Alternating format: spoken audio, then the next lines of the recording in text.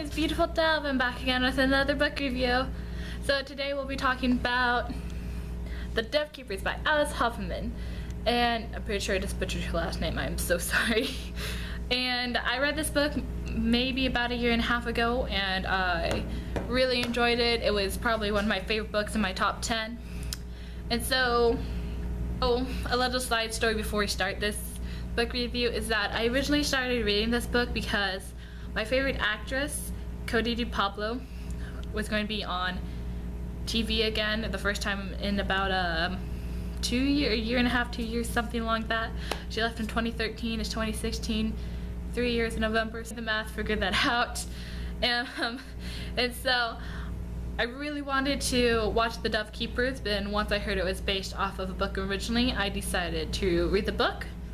And the story is just so beautiful and I love it, and it's probably one of my favorite top 10 books, along with, as in my other video, The Book Thief is also in my top 10, but I think The Dovekeepers is definitely one that allowed me to find myself, I guess, more when it comes to reading and go outside my comfort zone.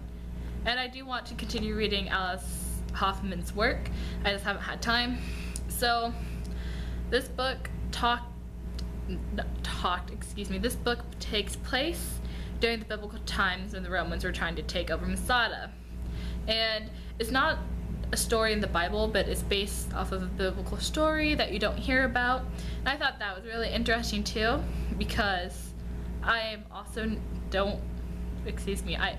do not read books that lead towards more religious areas, and I thought this would be a good start.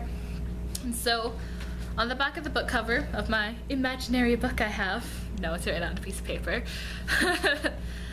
it says, the lives of these four complex and fiercely independent women intersect in the desperate days of the saying. I said that wrong too. All of the Dovekeepers, and all are keeping secrets about who they are, where they come from, who fathered them, and whom they love. The story of Masada is well known because the rebels who lived there managed to hold off Rome for several years. While the Romans were finally able to capture the location, the Jewish settlers killed themselves rather than surrender to them. Only 2 women and 5 children survived. The Dovekeepers follows 4 women, Shira, Yael, Rivka, and Azia, and each one is defying the law that such during this time and wondering if they will be caught. Also, the story continues with As the story continues, each Dovekeeper bands together and becomes a family, finding out some of them have an intertwined past.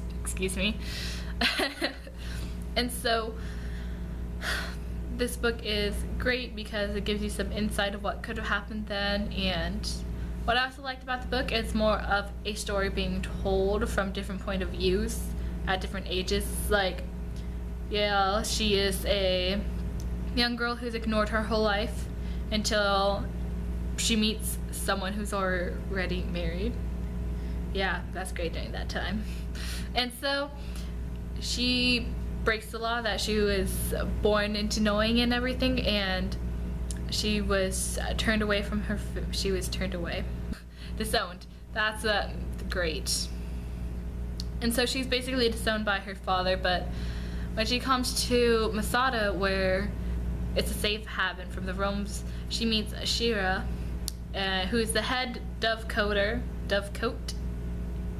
I don't know what to call that person. And so Yael finally accepts herself and her family and this new family she has created for herself.